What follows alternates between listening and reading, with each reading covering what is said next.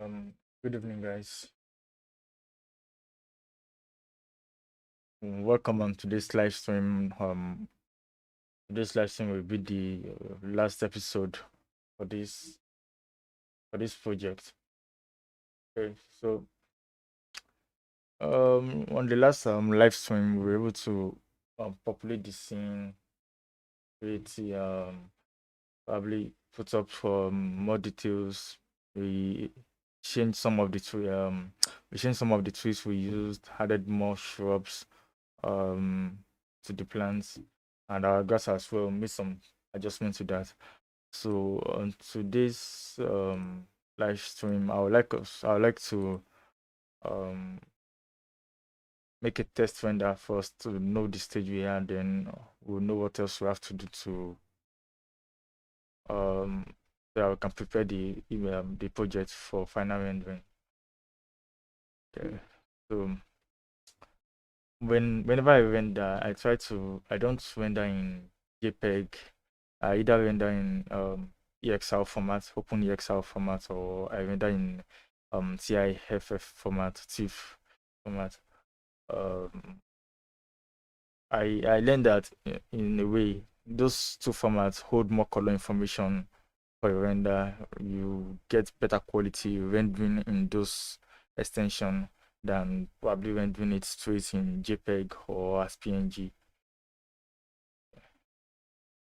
So I'll just draw up the final image when I submitted for the client again, and then we'll see. I just want to check out where we are going and um where we are right now. So this once again, this is the final image for the project, the one I submitted to the client. And let me just open up Photoshop.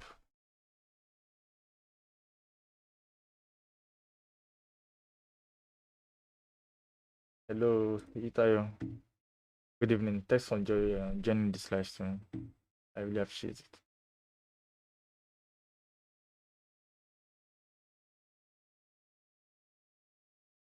So I'm just going to load up Photoshop and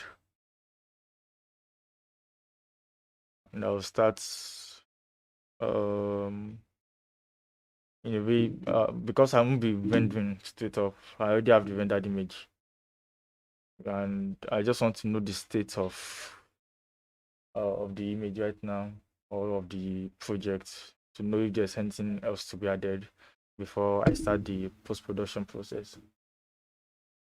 Malik, thanks a lot. Thanks for coming on the live stream. Tayo, thank you.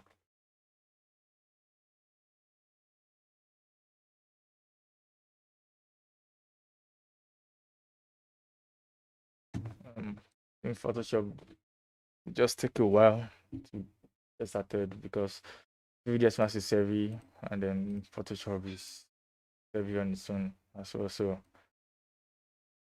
I think they are in the race for who use more RAM.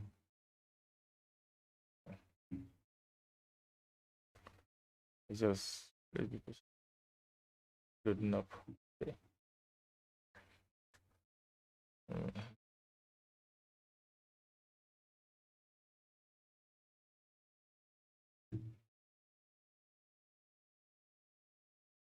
Just give this guy some more time.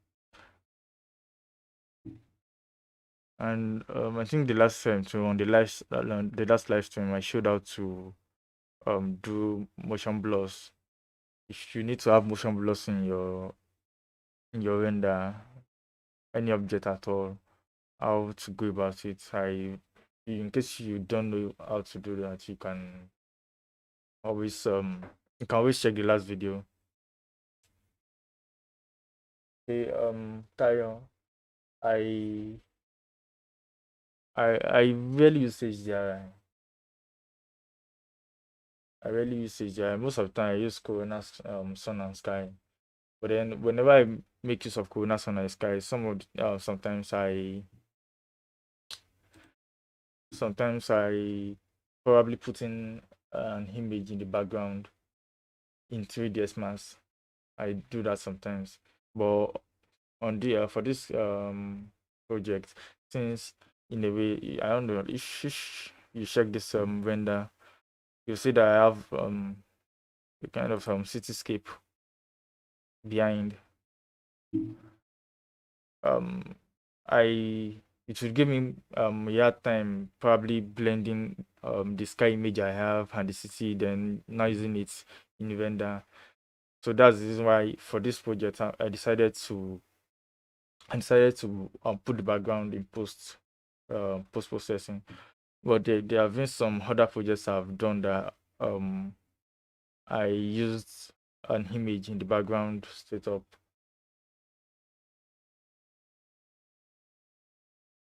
I really hope this stuff will just I hope it gets it starts loading. Maybe I can show of an example of how I use backgrounds in renders.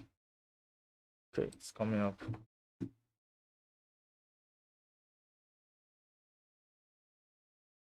Um, okay, you know what? Let me just do it this way. Let me close on Photoshop so that it won't. The 2ds mask won't be lagging. Then when it's time for Photoshop, I'll just close 2ds mask.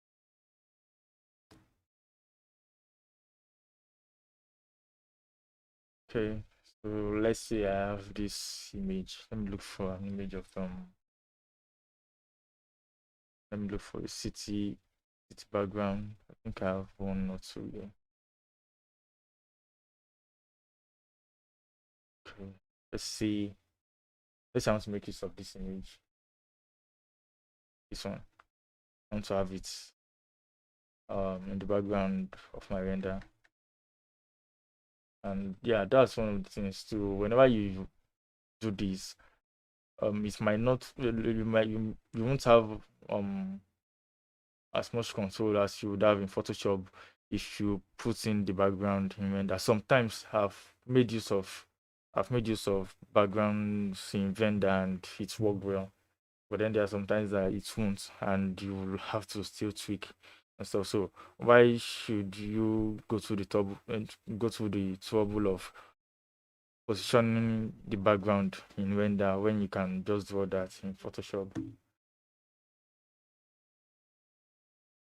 Okay, so this is the background we have. And in a way, from what I'm seeing, I think we have everything textured and ready to go for final render. I don't think there's anything new or anything I've done differently that I would like to show. So let me just try to put in the background, then we move to Photoshop.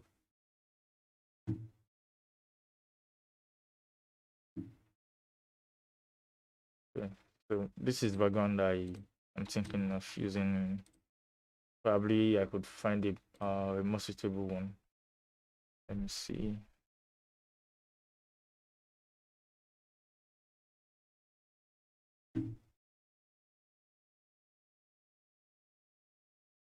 In case you are wondering where I got most of the backgrounds from, I got them from I have these links in my Discord channel.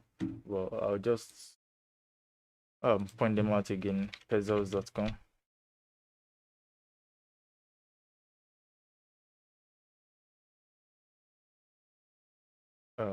Can get very good background images. All you just have to do is search for the tag you are looking for. So let's say city, and you see pictures of city images, a lot of them, and you just try to look for what works for the scenario you want to use it for. You can as well get reference images from this website. Then another one is pizzabay.com.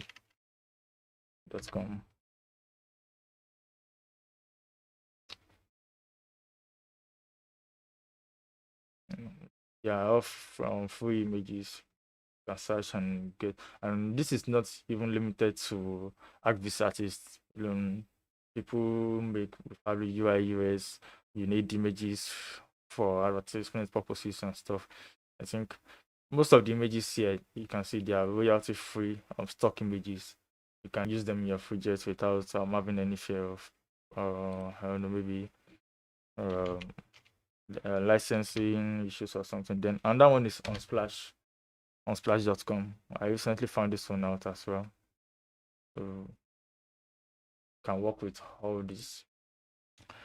So I'm just going to go on with the image I found, the one I showed initially. So what I do, there are different ways of putting images in your background, and each way works in different scenarios. Let's say I've done a project whereby um the image I'm supposed to be seeing in camera one was different from the image I'm supposed to be seeing in camera two. Now, if I were to use this style I want to use right now by going to the scene button here. Now, Corona has these options. I think these options are in view to direct visibility override, reflections override, and diffractions override. If I've mentioned the functions of these three checkboxes in the previous live stream, but I'll just quickly go over them. Now, what this means, direct visibility override, is that if I check this box right now, if I don't know if you notice this, I already have an image here already, but once I check that, now it's going to be showing it will show the image I have there. So I'm coming, just give me a moment, let me load up the material editor.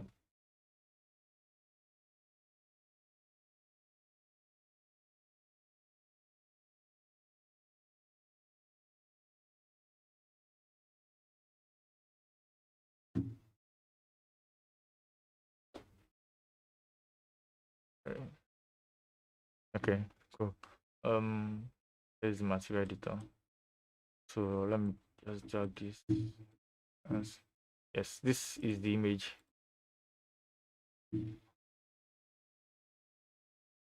This is the image I had. Okay, I think I can as well just use this instead of bringing that in. Now, what I did here was I brought in this bitmap, this map, this bitmap right here. Just clicked and dragged in.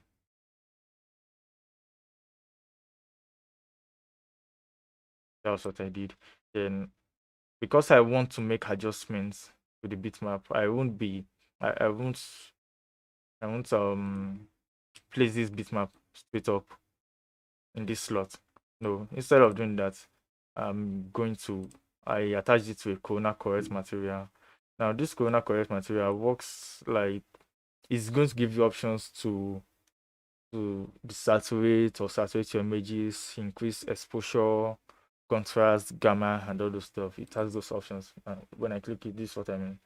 You have the option to increase the brightness of the image attached to it, the contrast, the saturation, the hue, the gamma, temperature as well, and give it tint. So once I put that in, all I did was drag this and drop right here. Now we can see that our image is overexposed. It's too light. It's not in sync with our render. So what I'm going to do is try to adjust that.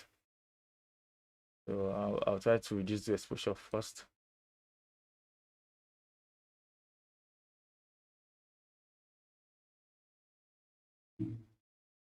I don't think exposure is doing it. I have this darkness here. Instead, let me reduce brightness. I think brightness is doing it.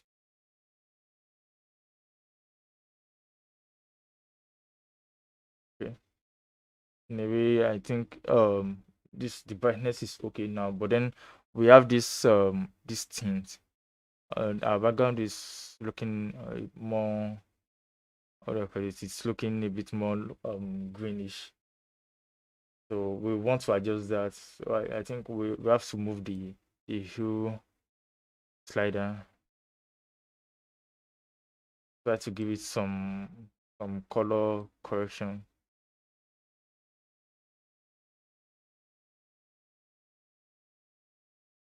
I think moving up, giving me more the green. Okay.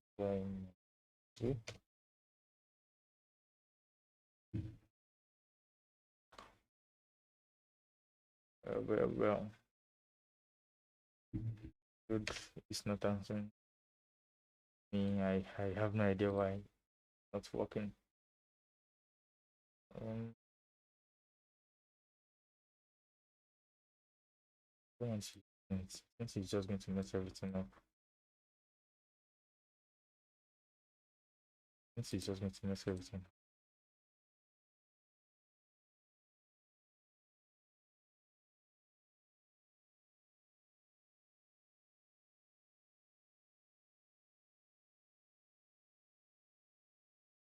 Right. I think I'm right. I'm just going to keep tweaking the view.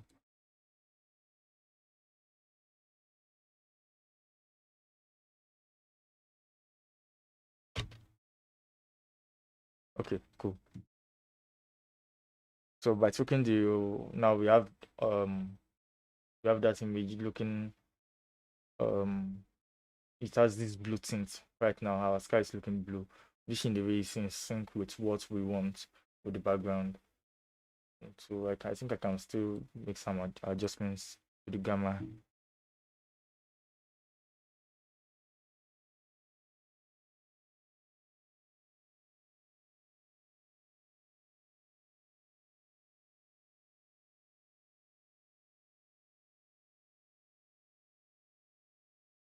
So now looking at this, it means if you want to use an image straight up from the render like this, there are some parameters you have to look at. It has to probably be a bit similar to what your render is looking like, because it's not going to be easy tweaking all this and looking.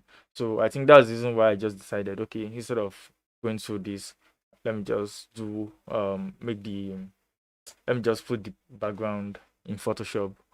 So that's the reason why I had the background change in Photoshop. Then as I was saying, I said there are different ways people use images in backgrounds. I've seen people probably create cylinders around their models and map an image on that. I've done that too sometimes. So let's say in a scenario whereby what your camera one is seeing will be different from what your camera two will be seeing. And because yeah, some clients come with specifications like that. I've had a client say, okay, this is what should be shown in camera one, this is what should be shown in camera two. Now I can't possibly put in just one image. I even tried using Photoshop to merge the two, because those two images that the client provided me, then they were like panoramic view, a 360 view of that area. But then when I merged those two images together and I had it up in Photoshop, it wasn't exactly giving me what I wanted to do. When I had it in the way I did it just now, it didn't exactly give me what I was looking for. I had to create um um curve planes. I had to create curve planes for each camera view, and on each plane I applied a different image just to be able to meet up with what the clients wanted. So there are different ways of doing things. Probably in the course of this channel, maybe if another live stream I'll be doing, or maybe when I take up another project, who knows, we might touch on that. So I'll just go on. I think in a way I'm good with what I'm seeing. Like I don't think I'm not thinking of adding anything more to this project.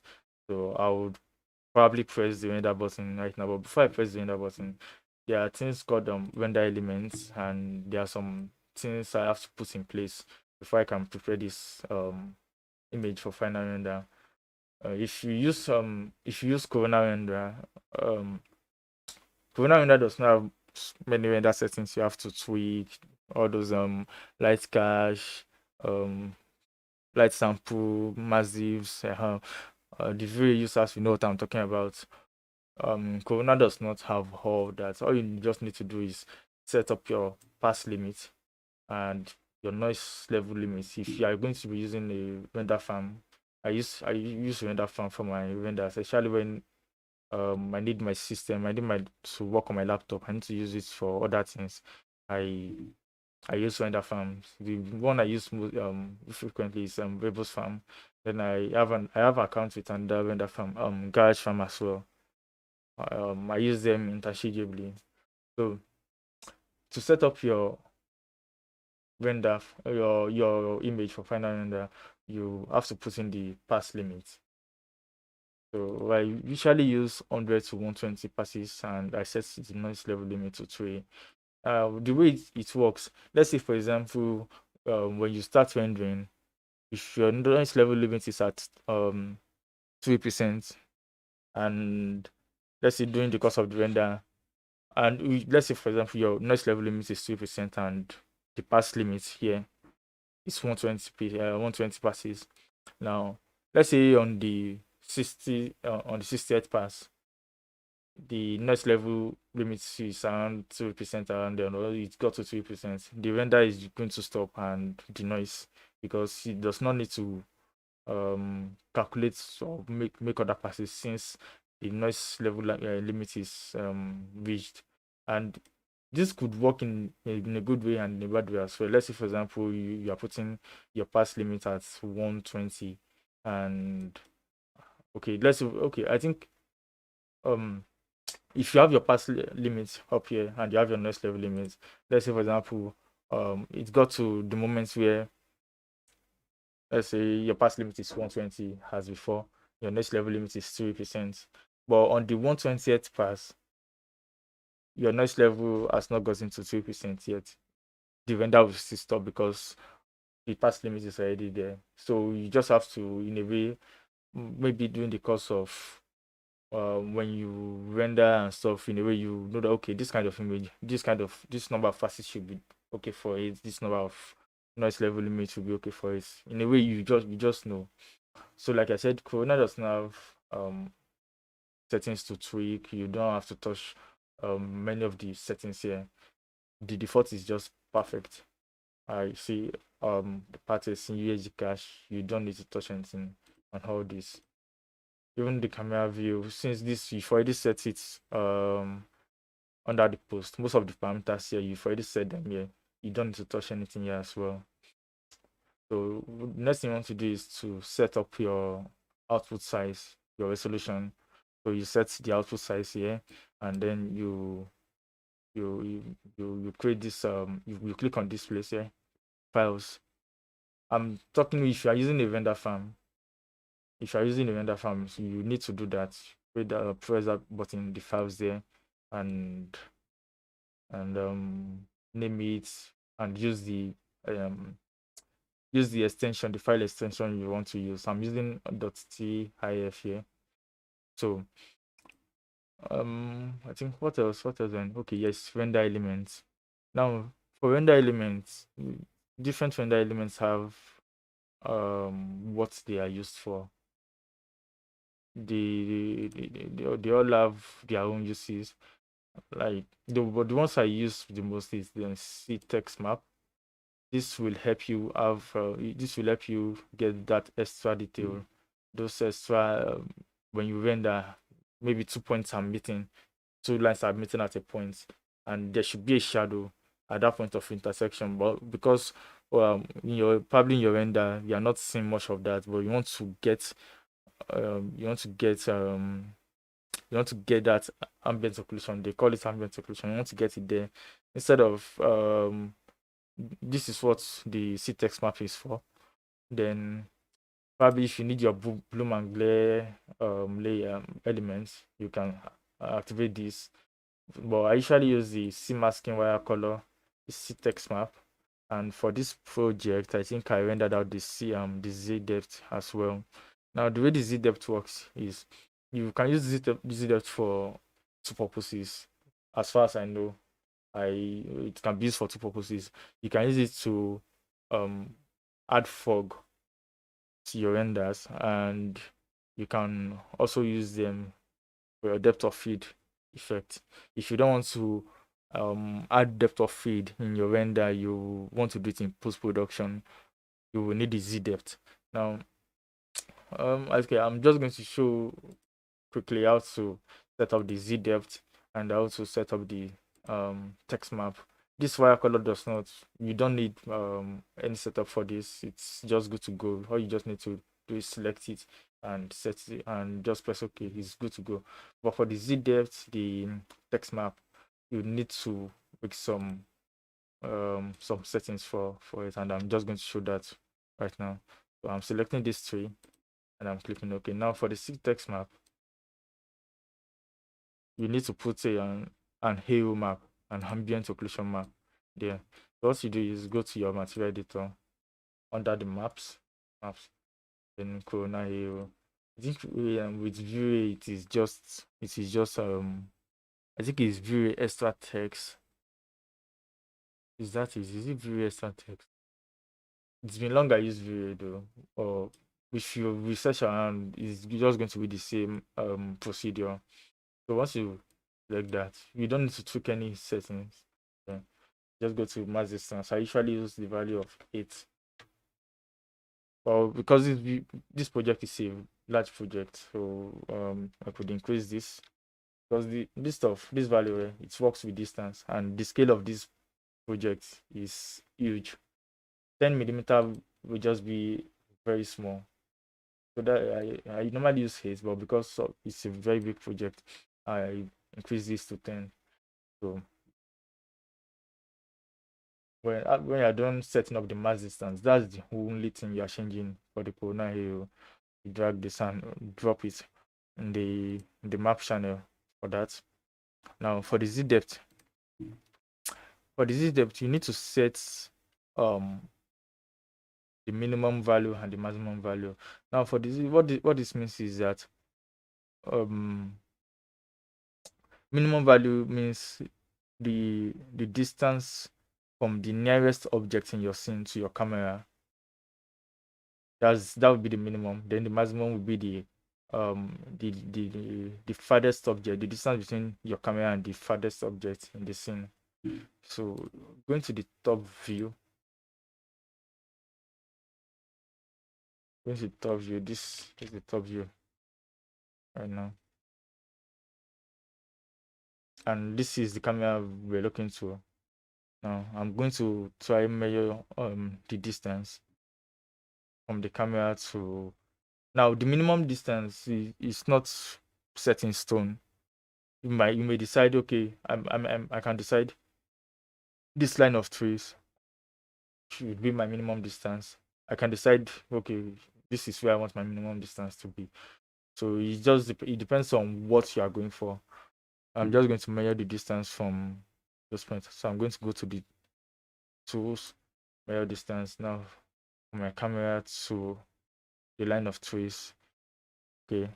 Now I think when I was importing this project in, maybe I made a mistake with the scaling and stuff. But right now it is showing we have um 50 meters. Yes, that is what it's showing here. 50 meters.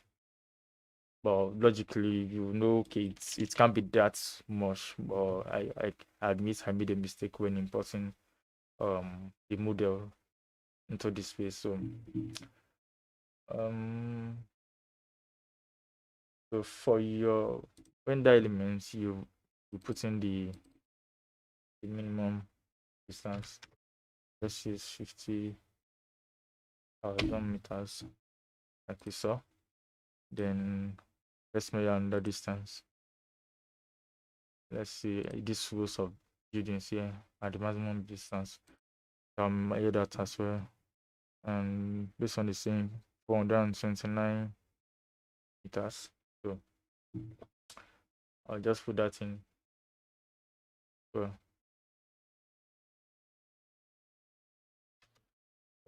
just use 430. Okay, good. And we are done setting up for those two.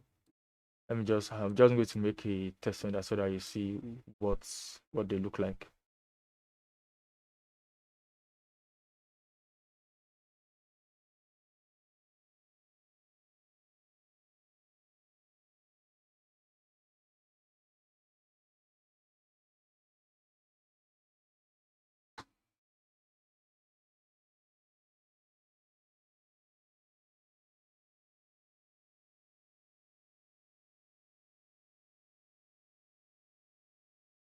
It's loading.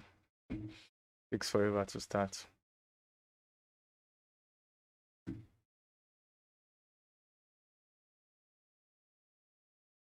Sometimes I do come, even if I don't need the image for the project right there. I sometimes come here, check out probably reference images or just images that I think I'll probably need for some projects later on. Now, this image right here will work for a skyscraper night scene. Let's say you have your own model of a skyscraper and you want it to reflect in a land environment. This would work perfectly for that. So you just have to know what works, what looks a bit similar to what you are going for and stuff. Oh, I think this guy should, yeah, loading up.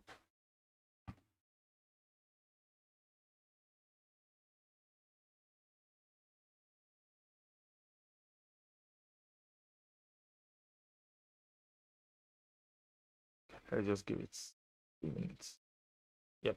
So here we have the render elements. Now this is the depth pass, the minimum and the maximum value. Now you can use this image right here. You can use it to drive fog. You can use it as fog in your scene, and you can use it for disease depth as well in your scene. Then the wire color, that's the wire color. The wire color helps you select individual elements, and then this text map.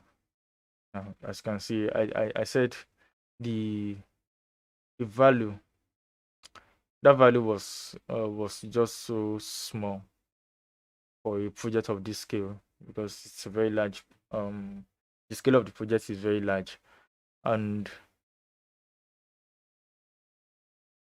let me just try increasing the value. So we have it as 10 right now, right? So let me try 50. Yeah.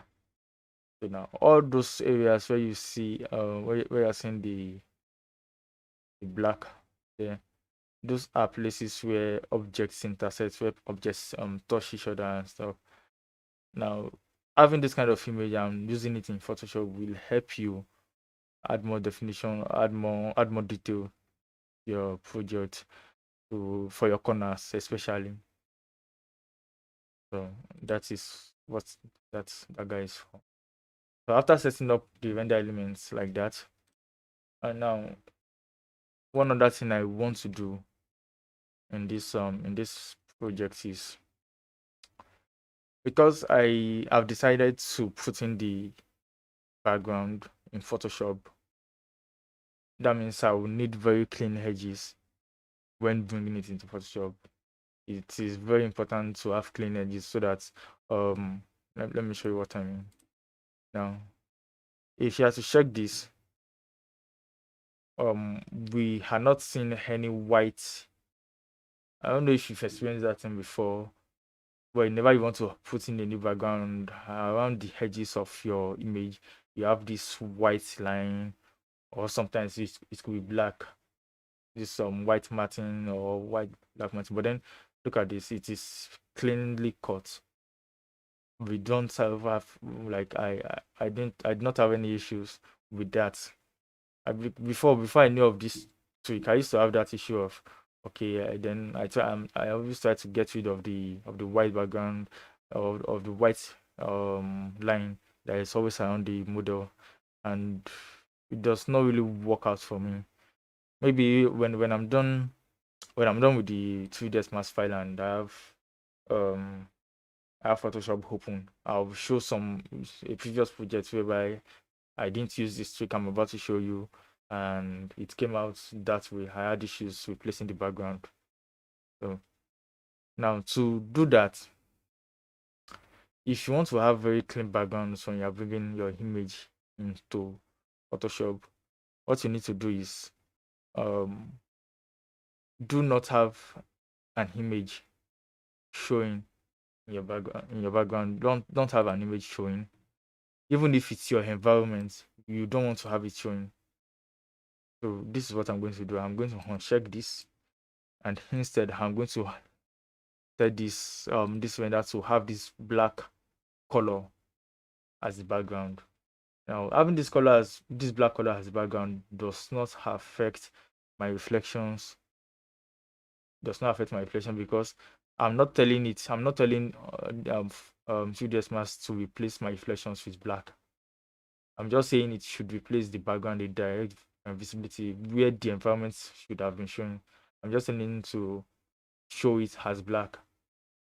I can still have I still have my reflections intact, my fractions override intact. So I've unchecked that image because let's say I had it checked. It will be showing the image, this image we have here, instead of just the black. But I want it to show the black alone, so I'm just going to uncheck that image. And when I render now,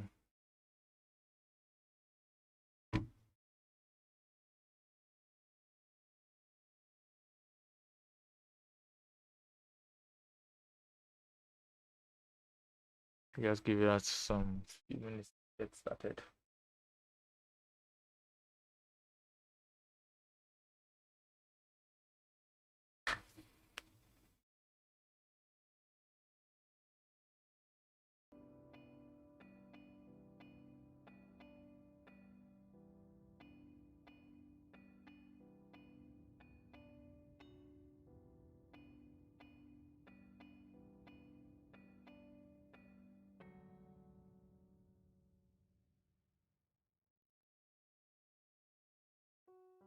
Just a few seconds.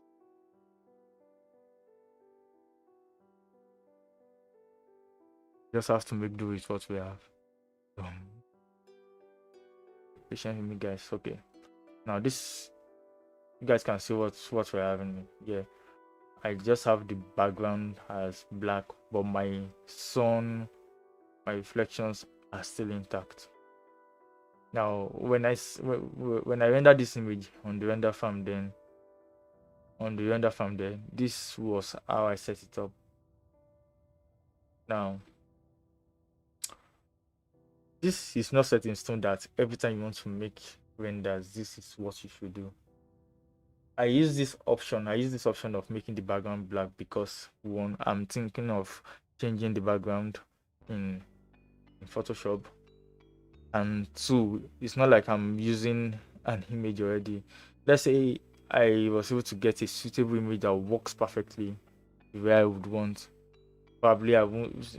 Then it means I am not thinking of changing that background in Photoshop. In Photoshop, I'm just thinking of using that image that I have in the render straight up.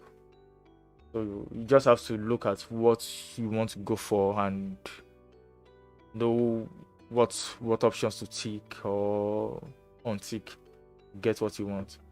So when I sent this project to the render farm, this was what I have. Okay, so that is what I sent to the render farm.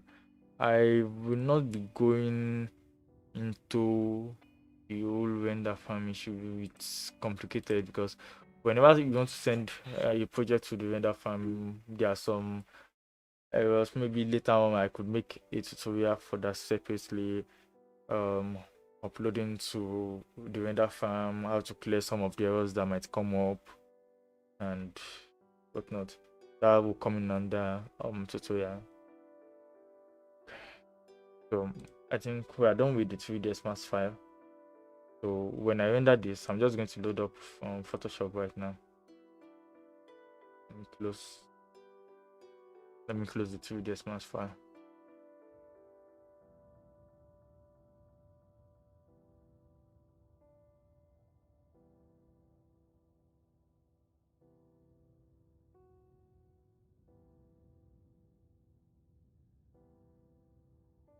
This guy can go as well.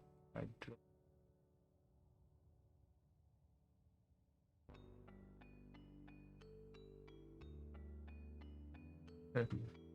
I'm going to let me go to the folder for the project. Okay. So like I said, I rendered that image out as EXR because I believe it has this high definition. The color information is actually rich for post-production. Let's just give that a few. Okay, so what I just do is drag this in.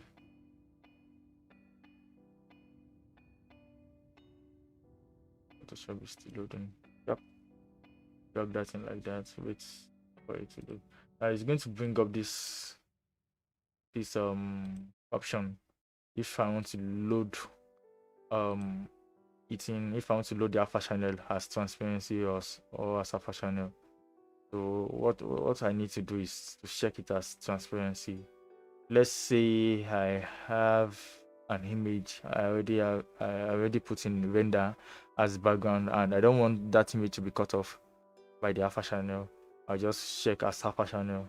But because I want to change the background there and I need it to be cut off so that I can put in a background myself, I'll have it in as transparency. Now when I bring it in, you can see what I have. That is our render. We just have the Photoshop checkerboard background behind. Now it means I can place any object I want behind this. So, and now one thing is post-production does not have one specific steps it has to take to get to the final image. You process according to what you are seeing on your screen, what you want to add, what you want to remove, what you want to correct. You process according to that. I won't say, okay, when you bring in your image, the first thing you do is add levels or add curves or do this or do that. It does not work that way. You just have to know, okay, this is how I want it to look, and this is what I'm going to do to get to this, to or get what I mean. So let me just open up the one I made previously so that I don't miss any step.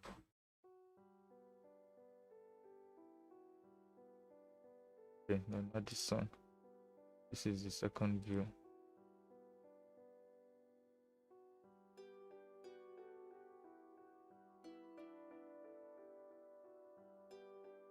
Okay.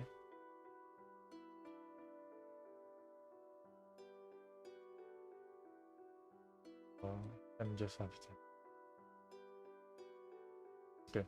Now the first thing I did was to bring in the sky image I'll be using for my background. Let me go to my sky library. ESH 5426.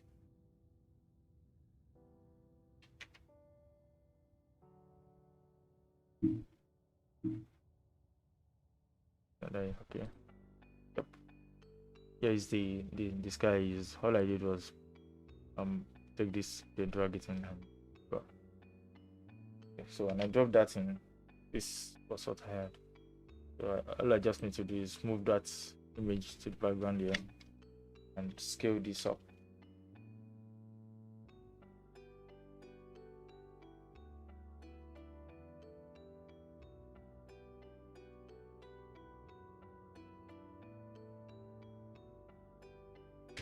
Okay, now look at what I was talking about, guys. You can see we have this straight continuity from the render to the sky. We do not have that that weird outline that we probably have had if I did not work with it that way. Let me just show you what I have, right? Of any project I did not do that for. Check. Let me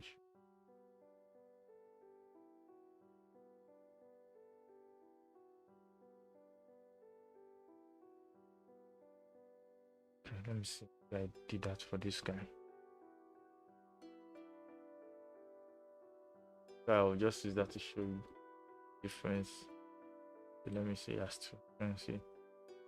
Okay, yes, this is perfect example. Now I brought this guy in as transparency and stuff, but you will see what I mean now.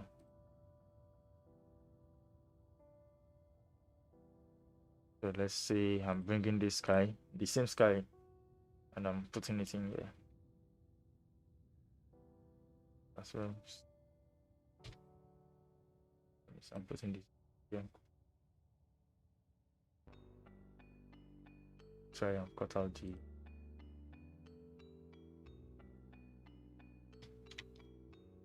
Yep. I have this issue just because when I brought in my image, I had a background showing in already. Now it's going to be very hard getting rid of this white outline you're seeing here. It's a lot of work to get rid of it. But then if in case you want to, I think some of the things I used to try then was, I think I go to the layer, the matting, remove white matte. Even that does not work. It doesn't work sometimes. And I think I tried using the fringe as well. But whenever I use the fringe or something, I lose some of the image, and it does not even really work. So save yourself the trouble of this issue, and instead of that, just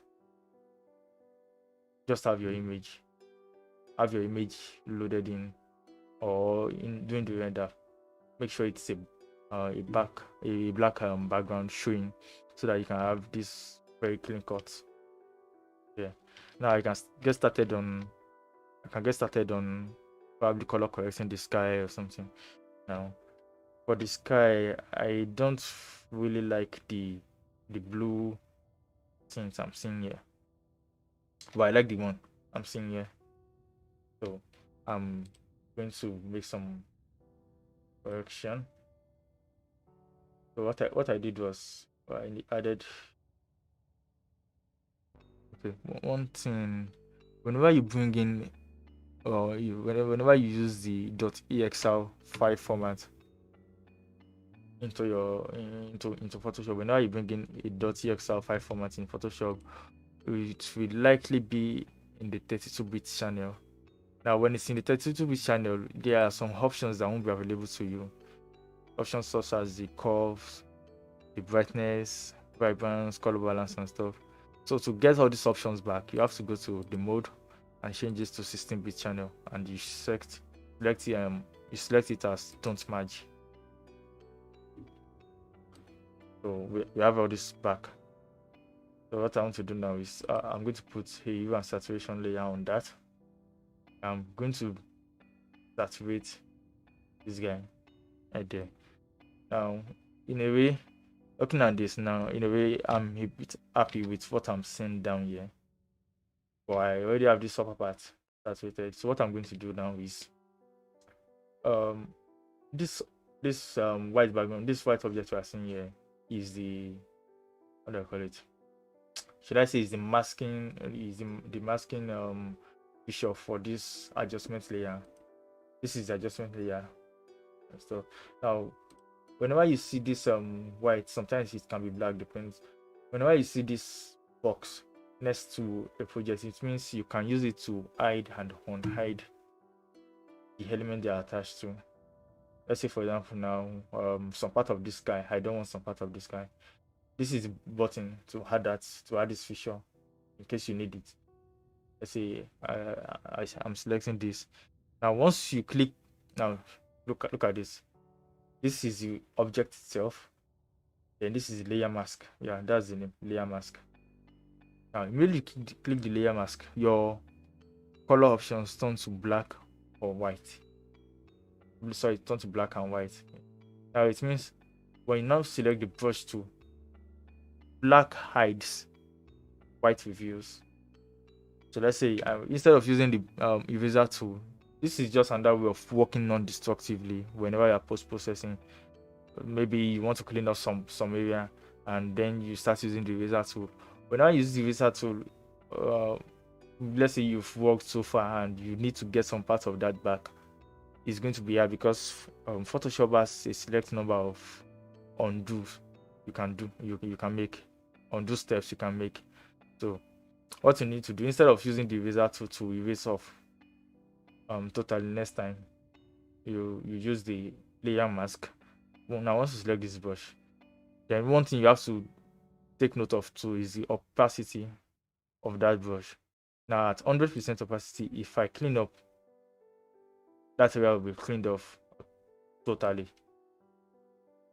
If I reduce the opacity to 40, now the same number of times I'm making that stroke, it's not cleaning it off totally. So you need to know how this stuff works, what you are going for. Sometimes you might need to reduce opacity of the brush. Sometimes you might need to have it at full opacity. Depends on what you are working on and what you want to go for. So I don't need to clean off this guy, so I'm just going to delete the layer mask. As I said earlier, I like the way the saturation is for the lower level, but I still want to retain the saturation I had previously for the higher level. So it means I need to clean some of the adjustment layer, some of the hue and saturation layer. I need to clean off some of those effects on the sky. So I'm going to select the brush tool. I don't want to clean it completely, so let me just use 50% opacity is fine. Now when I start cleaning, you notice that we are getting that nice opacity, that nice saturation that we had on that upper level. We are getting that back. So after that, the next thing I did was I think some parts on the project, the sky was looking too dark to me. It's actually this area was looking too dark for me. So I added in a brightness layer, and I increased the brightness a bit, and I think the contrast. Okay, no, not the contrast. I reduced the contrast too. Now I liked the way this corner was looking a bit darker, so I did a little bit of cleaning on that edge too, so that I can get some of the I don't want it so light the way it was before. I don't know if you guys can see the difference. Yeah.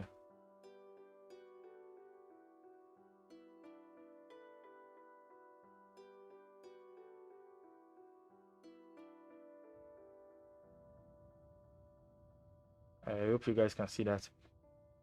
Now, I think for the sky, I was done with that. The next thing I started doing was to add in the fog. The fog I wanted to use, because in the way when I started this, right, I had this idea of having some little bit of fog around, since it was looking. I was going for a early morning look, right? Well, I don't think I was able, or later on I changed my mind. So this is a fog layer. Just bring that in. Yep.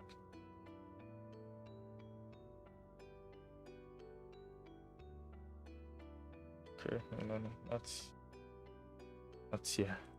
That's here.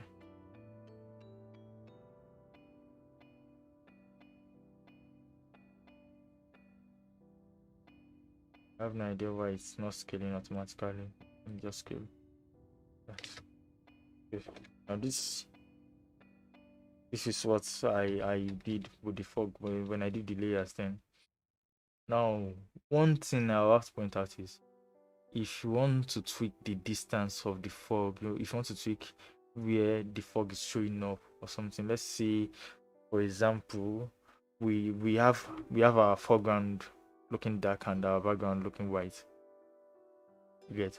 And we want something else. If I click Control I means invert. and it works on grayscale images. Now we can call this a grayscale image. The values of this image are between white to black, so it's a grayscale image. So if I click on Ctrl high, it's going to invert the file. So that's one other thing I'd like to show you guys. Now, if you want to tweak the distance where it is black and where it's white, you can always add a levels adjustment on that. Now, I'm going to show you something. You'll notice that when I was using these adjustment layers the other time, I did not clip these adjustment layers on the sky image. This is because these adjustment layers can only affect the sky. The way Photoshop works is by layers, right? The layer on top will likely affect the layer below it. This layer right here. Okay, one other thing.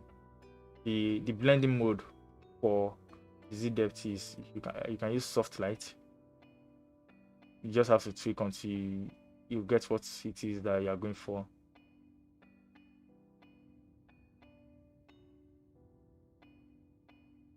I think it was it overlay? I put it at, or was it screen mode? Okay, screen. I had it on screen mode. I had it on screen mode, and as you can see now, it's looking like a very foggy morning. I can't have it. I can't leave it this way, because yeah, it's going to. This is not what we were going for. Then yes, all I did was reduce the opacity a bit. Before then, let me show you guys what I meant by if you want to control the fog depth. So now levels, the value of levels here, unless I clip these levels on this depth layer, if I adjust anything on this level, it's going to affect everything below it. And this sort of thing. So let's see, I'm doing this now. It's already affecting our main file already, and that is not what we want. So what I'm going to do is to clip it on the Z depth layer alone. So any adjustment I make to this now, it's just going to affect the Z depth alone. Now, let me put this back to normal so I can see what this even here.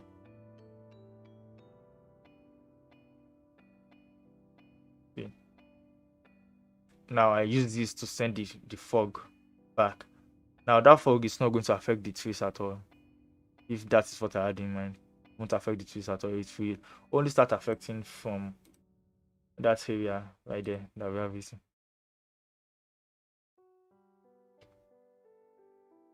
See, the trees are looking normal, and the fog is affecting only the buildings behind.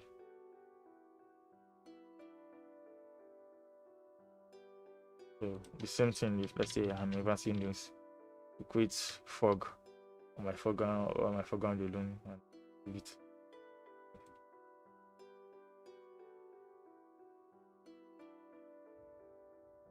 So it is actually what we are going for. It depends on what we are going for. So I think, yeah, for me it was okay, and like that. Then I reduce the opacity of that, and because for the fog I did not I did not have the alpha on it, but then I'm going to try to use the alpha from the first layer, from the layer 1. What I'm going to do is select this like this, and I'm going to go to this fog here and click that in. Let me do it again. into it again. Because this render is already cut out. If I hold control, I'm holding control right now, and I select this, this area, this selection right here, it means that is only the extent of this image. It is this any how do I call it? The extent of this image does not extend to all this area right here. This is just the extent of this image. Now it means I can use this alpha selection to cut out other things. So that is what I did. So I held control. I'm holding control, click. Once you hold control and click, it's going to select the content of that layer. Now I have it highlighted like this. Now I'm going on this fog layer, and I'm adding a layer mask.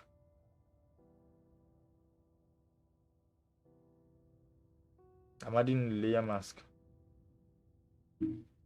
So, and I reduce more a bit. I hope you guys can see how it's looking. In the way I was able to remove some of the dark contrast that was showing this on this building.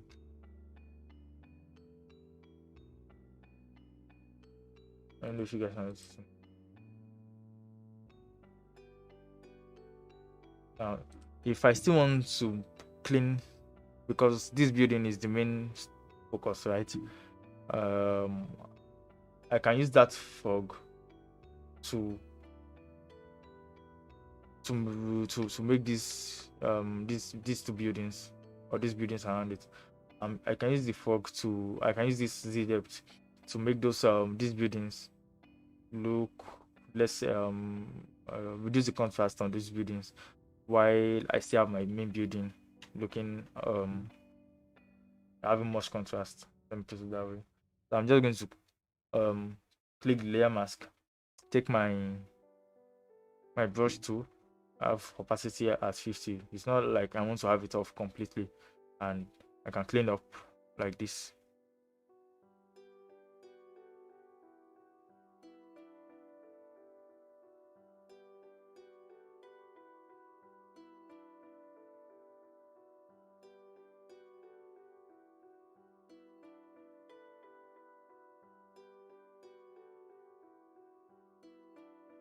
Okay. Maybe I'm okay with the way it is now. Now the building is in a way it's looking. We can still see dark tones, and the buildings around it are looking less contrasty. Let me put it that way. As you can see, before they were all sharing the same glory and stuff, but in a way I was able to reduce that for it. Okay, I think I can still make some adjustments to the top layer here. Just clean that more.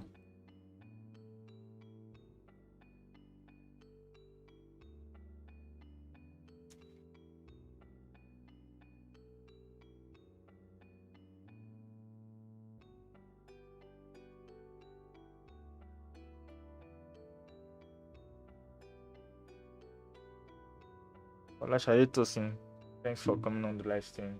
Tyler, thanks a lot too. Thanks for the support.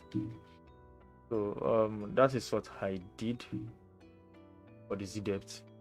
And after that, I then started on the general adjustments for everything. I started on the general. Okay, yes. Before I did that, I added in a cityscape around there. I'm sorry. That's one of the reasons why I had this layer open, so that I can just follow whatever it is I was doing previously. Now, on top of this sky image, I added a cityscape image there, so that I like, as you can see, I don't want this area to look completely empty. I want to have something looking like an extension of the city. Yeah. Obianko, thanks a lot, guy. Thanks for coming on the live stream. That's a new face.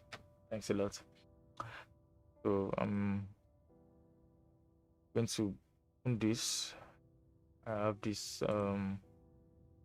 nice image, and it's very high def. Where it is? Where is this? Where is it? Where is it? I think. Yep.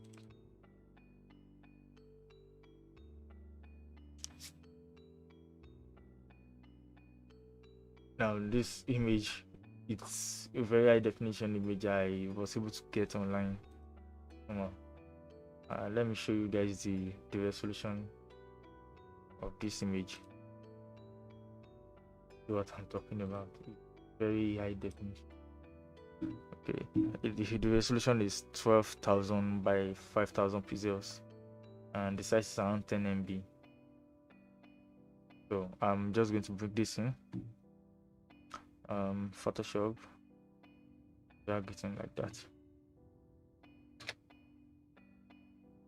So let me just move that behind our render, like so. I'm going to move this down, a bit bigger.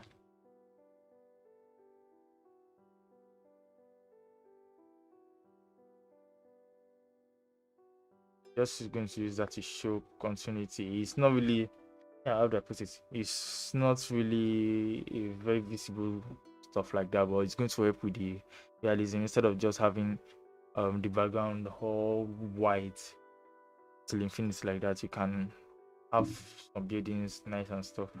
So one thing I would like to do is to blend this with the style I have already.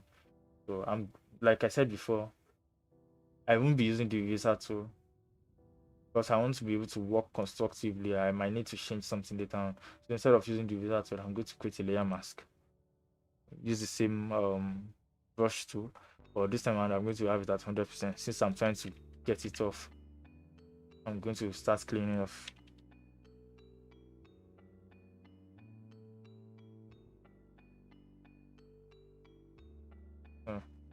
Just going to clean up to that area there, and like that.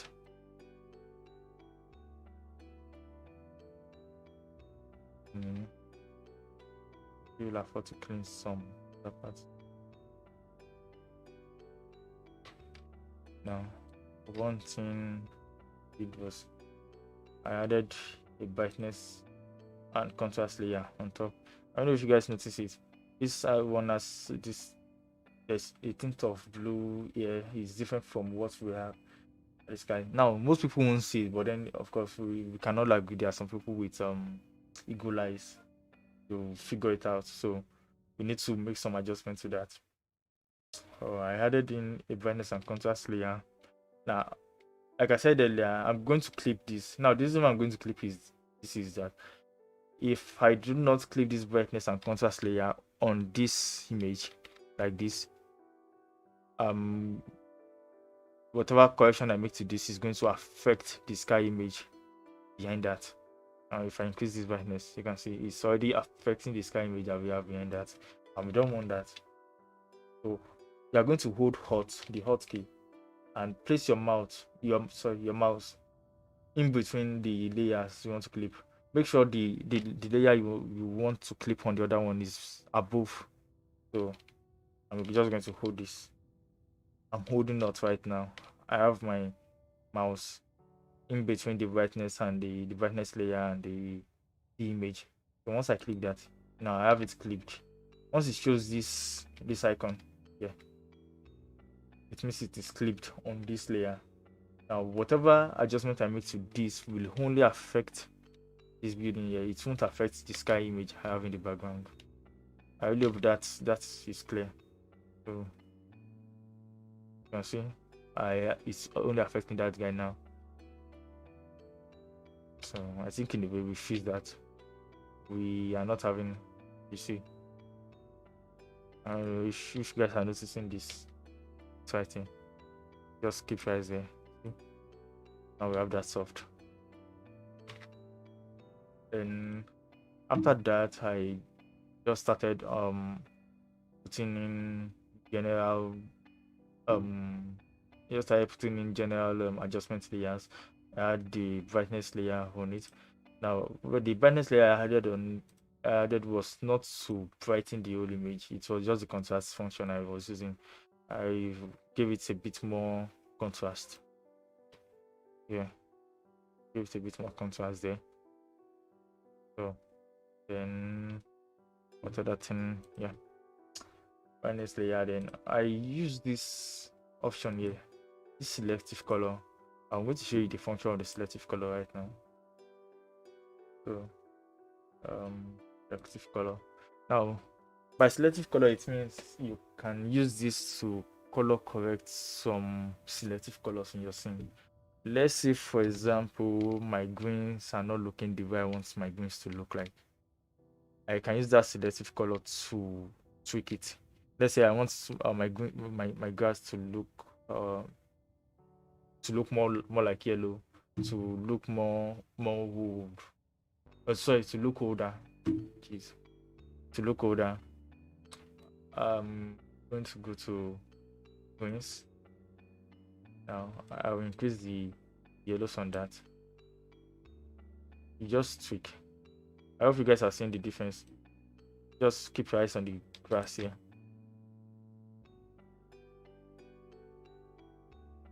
Just keep your eyes on the grass there. Okay. When I reduce the magenta, something is looking greener.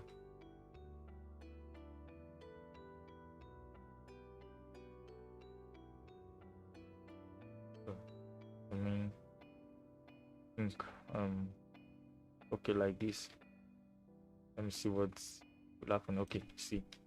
Now when I reduce the cyan on that, look at what I'm having.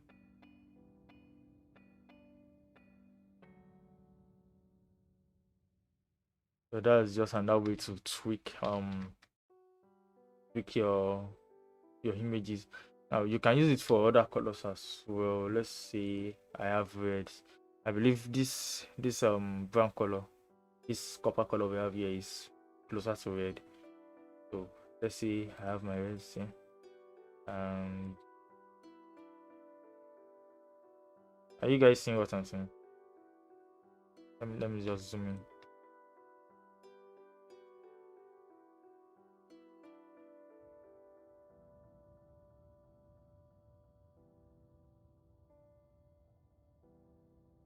I use this to tweak it. You can use it to make it darker or lighter.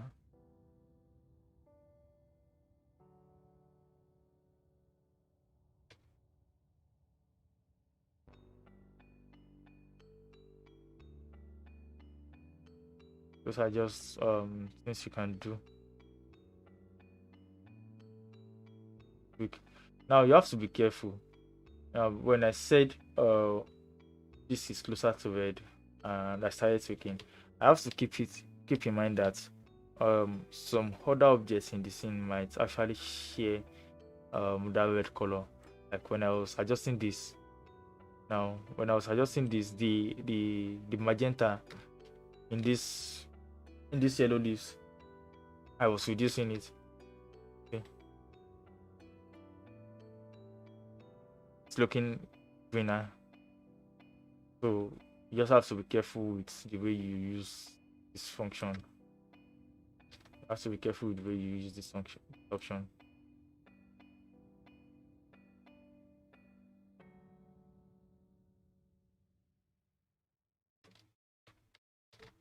So that's it for selective color. I just use that to accentuate the red more. It was looking desaturated a bit before.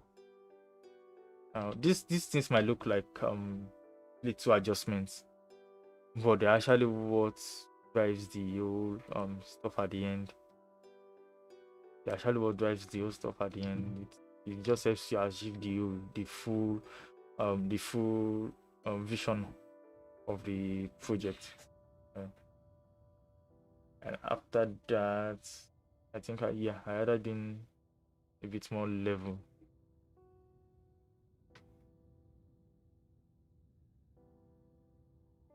Like I said, these things don't have one particular way they follow. I won't say okay, maybe after using curves, the next thing you want to use is levels or something. You just won't have to work with what you are trying to go for. Now, in a way, I think well, the reason why I used levels now was I felt like some areas were still didn't have enough contrast. So that is what I used the levels for, and it was just little.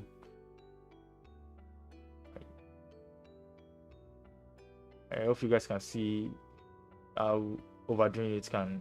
If you overdo it, it may ruin the image. So I just used just little 0.7. That's what I used. Just something just to give it a little bit of the contrast. Just check that. It's giving it this a little bit of contrast in a way. I don't know if you guys can see what I'm showing. So yep. On this layer, this is a very interesting layer right here. This gray layer you're seeing here. So let me show you what it is for. It is what I call the dodge and burn layer, and I use this for almost all my projects.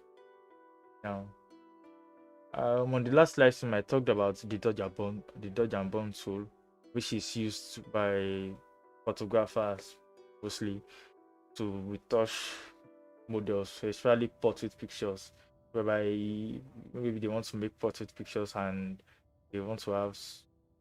I think the lady folks will understand better contours and stuff, accentuate some place, make some places darker, that kind of thing. I think they call it contours. This is the dodge and burn tool right here. I think this is the dodge tool, and this is the burn tool. Now, using these tools will ruin your image because they are destructive ways of burning using the dodge or of brightening and darkening some areas in your image. Now, instead of using that, you add a new layer. After adding a new layer, you go to fill and you have it as 50% gray. 50% gray means the value of the 50% gray is 127, 127, 127, 127. So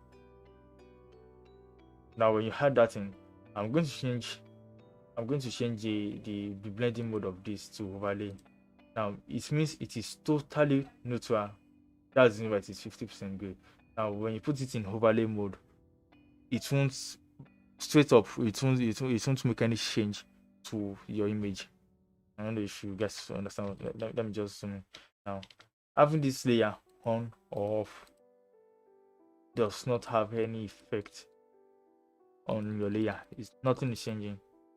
Now, but then this is where the magic happens. If I go to my brush, my color picker here, and I pick any value above 127. Look at this. This serial numbers here. Let me show you what like that. Now this value right here, 127, 127, 127. This is midpoint gray. This is 50% gray. Now any value above 127, 127, 127 will brighten up this image, and any value below 127, 127, 127 will darken the image. So now this is the way I set it up for fast use. Since I have two buttons here, I'm going to set I don't have one specific one I use. Well, okay, maybe I think maybe I just 140. Have it as 140, 140, 140. I think that is perfect. 140, 140, 140. Click OK. Now I already have my Photoshop shortcut. X is for switching between these two boxes. Now the second box, I'm going to have the second box as the dark one. I'm going to have it as 95.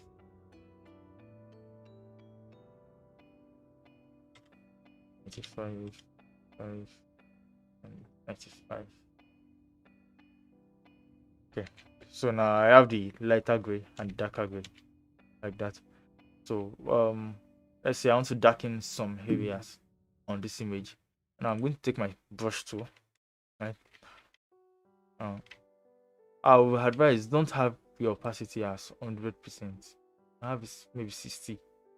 If you need more, you can paint on that same spot twice to get looking darker.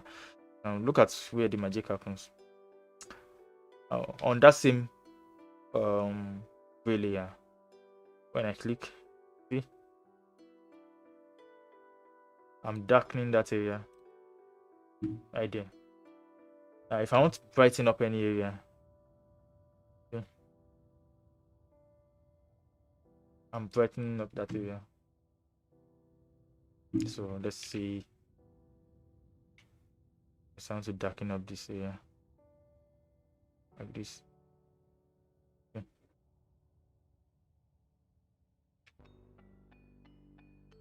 Let me reduce the opacity a bit more.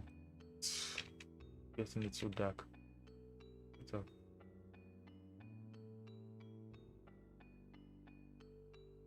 And I want to darken up this part of the grass a bit more because I want it to have.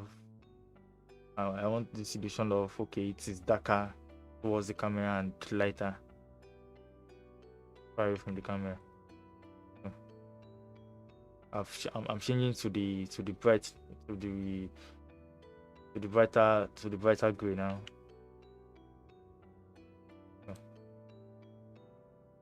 Can always use this to get some details, to brighten up some areas, to darken up some areas as well. And it is fun to use instead of adding a brightness layer and moving it around. You can use this technique to just quickly do that and we are done. Okay, and then I think another thing I did, yeah, then I just merged these layers. Now to merge these layers, we still want to keep the layers below intact the way it is, but we want to have an image showing all the steps we've done so far on the next layer. So you're just going to you're going to click or press Control Shift Alt E. I'll say that again. Control Shift Alt E. Now pressing that will merge all the steps you've had below. Now if I switch off all this layer below, I have my image fine and good here. So now what I want to do with this is I'm going to go to Filter, Camera Raw Filter, or Camera Raw Filter. Now probably if I want to add some temperature to it, whatever, but I'm fine with the temperature. Wait, it's right here. I might increase the exposure a bit. Highlight if I want it to have highlights. Now take note,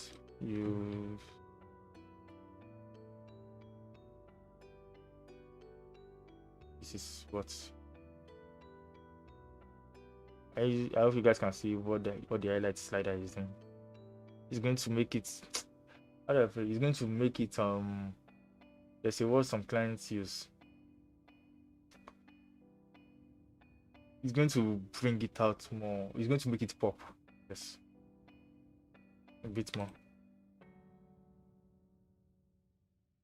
It's not exactly brightening up the image. It's just making areas where brighter, or areas where we have highlights, is making those areas brighter alone, and that alone is going to make it pop anyway. So I have that. Then for the shadows, then after I'm done with the tweaking the way I want it to be, next thing I do is I go to, sometimes I use this option, or let me just do this way so that I'm just going to merge that again. Control Shift Alt E. Why is Control Shift Alt? What's happening?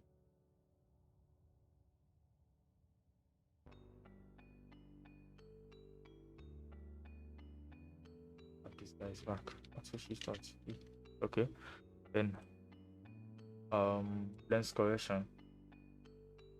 There's this stuff we call um chromatic aberration. Though it's an error in photography. When you have chromatic aberration in photography, it's an error in photography. And photographers usually try to get rid of this phenomenon in their images. But we Archviz artists, because we are trying to imitate a real life camera, we are trying to take a real life image and try as much as possible to get this to get our images realistic as possible. Um, Even though it's an error in photography, it is something we do or add to our image. You will get that a little bit of realistic feel. This thing is, how do I put this? Don't overdo it whenever you want to do chromatic aberrations. Now I'm going to show you what I mean by chromatic aberration. Now I hope you guys are noticing that those fringes. I don't know if you guys are noticing those fringes. Yes.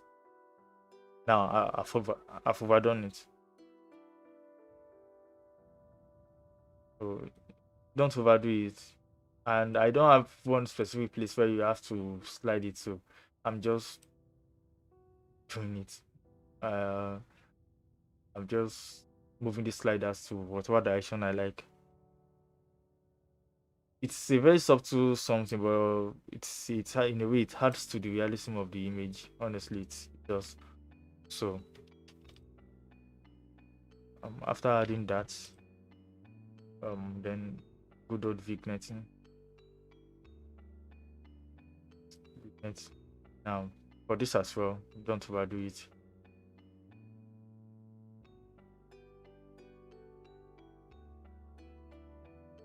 And I click OK. So then after doing that, then sharpen. And the one I use is the smart sharpen layer. I use the smart sharpen, and most of the time I use a value of 21. Works perfectly for me. And I click OK. And once I click OK, I'm done with the image. The sharpening is the last step I do on all my image, and I slap my logo on it, and I'm good to go. Let me just